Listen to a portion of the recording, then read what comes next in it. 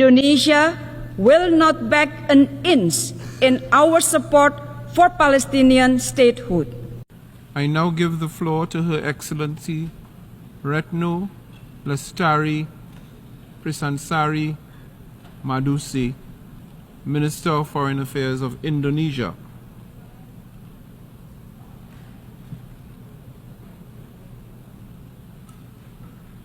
You'll have amended the text.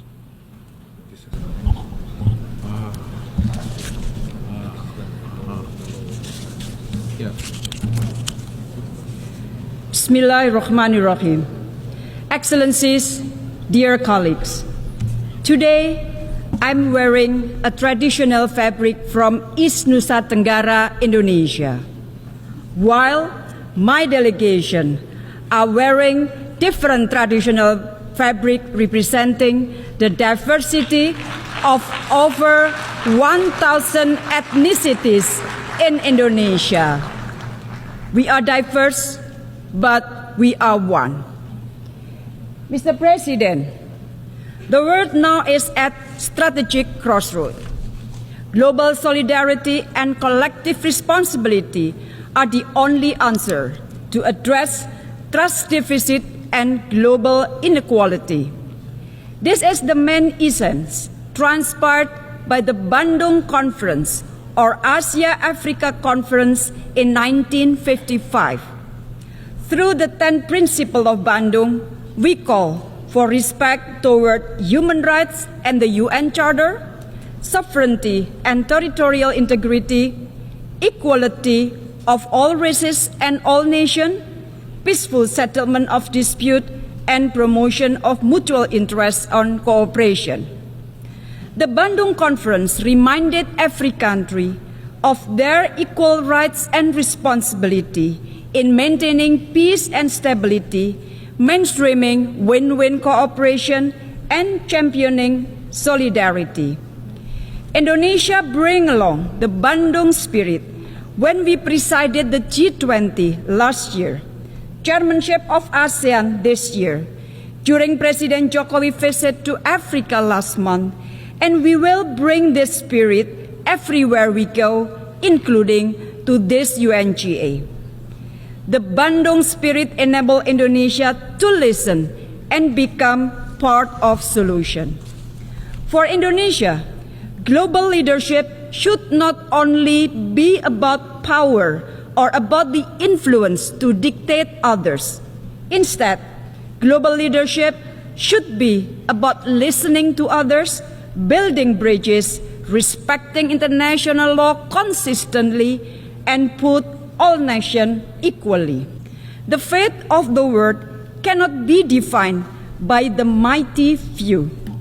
A peaceful, stable, and prosperous world is a collective right and responsibility of all countries, big and small, north and south, developed and developing. We all must do our part and work together toward this common goal. And this can only be achieved if all of us adhere to the same rules of the game.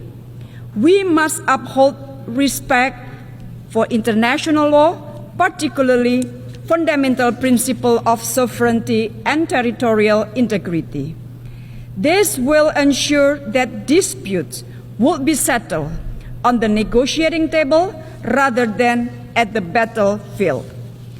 A collective responsibility is also needed to the people of Palestine and Afghanistan.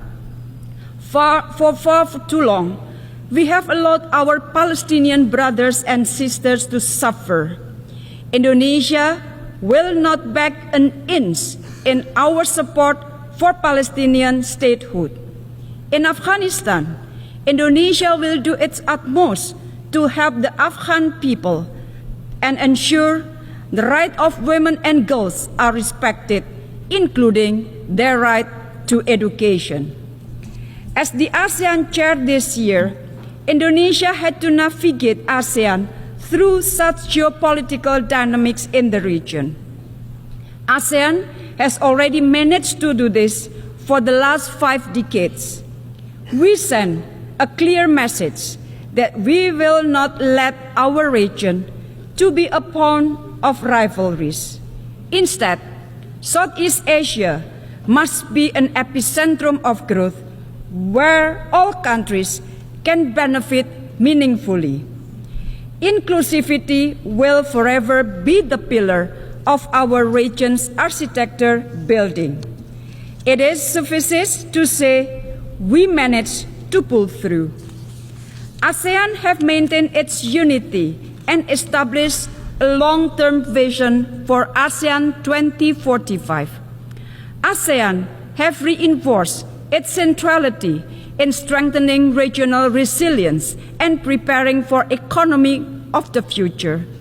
ASEAN have initiated closer partnership with the Pacific Island Forum and the Indian Ocean Rim Association for a stable and peaceful Indo-Pacific. We translated the ASEAN outlook on the Indo-Pacific into concrete and inclusive cooperation. On Myanmar, implementation of the 5 points of consensus remains the main reference. ASEAN continues to urge the military junta to implement it. ASEAN will spare no effort to ensure the people of Myanmar are not left alone.